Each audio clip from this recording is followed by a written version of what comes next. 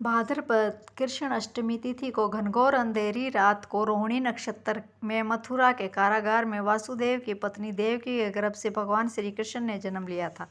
यह तिथि उसी शुभ घड़ी की याद दिलाती है और सारे देश में बड़ी धूमधाम से मनाई जाती है। द्वापर युग में भोजवंशी राजा उग्रसेन मथुरा में राज्य करता था। उसके आततायी पुत्र कंस ने उसे गद्दी से उतार दिया और स्वयं मथुरा का राजा बन बैठा।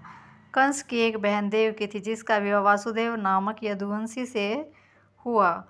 एक समय कंस अपनी बहन देवकी को उसके ससुराल पहुंचाने जा रहा था। रास्ते में आकाशवाणी हुई, हे कंस, जिस देवकी को तू बड़े प्रेम से ले जा रहा है उसी में तेरा काल बसता है।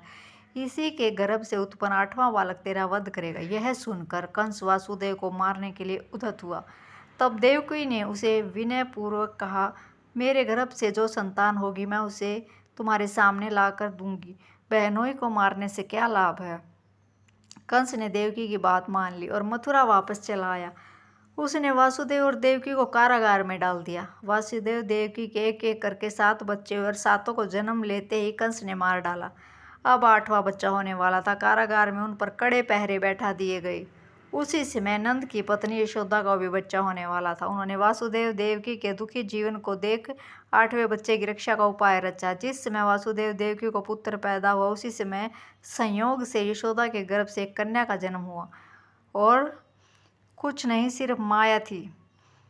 जिस कोठरी में देवकी वासुदेव कैद थे उसमें अचानक प्रकाश हुआ और उनके सामने शंख चक्र गदा पद्म धारण के चतुर्भुज भगवान प्रकट हुए। दोनों भगवान के चरणों में गिर पड़े। तब भगवान ने उनसे कहा, अब मैं पुनः नवजात शिशु का रूप धारण कर लेता हूँ। तू मुझे इसी समय अपने मित्र नंद जी के घर वृंदावन में भेजाओ और उनके यहाँ जो कन्या जन्मी है उसे लाकर कंस के हवाले कर दो। इस समय वातावरण अनुकूल नहीं है, फिर भी तुम चिंता न करो। जागते हुए पहरेदार सो जाएंगे, कारागार के फाटक अपने आप खुल जाएंगे और उफनती अथाह यमुना तुमको पार जाने का मार्ग दे देगी। उसी समय वासुदेव नवजात शिशु रूप श्री कृष्ण को सूप में रखकर कारागार से निकल पड़े और अथाह यमुना को पार कर नंद जी के घर पहुँचे। वहाँ उन्होंने नवजात शिशु को यशोदा के साथ सुला दिया और कन्या को लेकर मथुरा आ गए। कारागार के फाटक पूर्ववत बंद हो गए। अब कंस को सूचना मिली कि वासुदेव देवकी को बच्चा पैदा हुआ। उसने बंदीगृह में जाकर देवकी के हाथ से नवजात कन्या को छीनकर पृथ्वी पर पटक देना चाहा, परंतु वह कन्या आकाश में उड़ गई और वहाँ से कहा, अरे मूर्ख, मुझे मारने से क्या होगा। तुझे मारने वाला तो वृंदावन में जा पहुँचा है।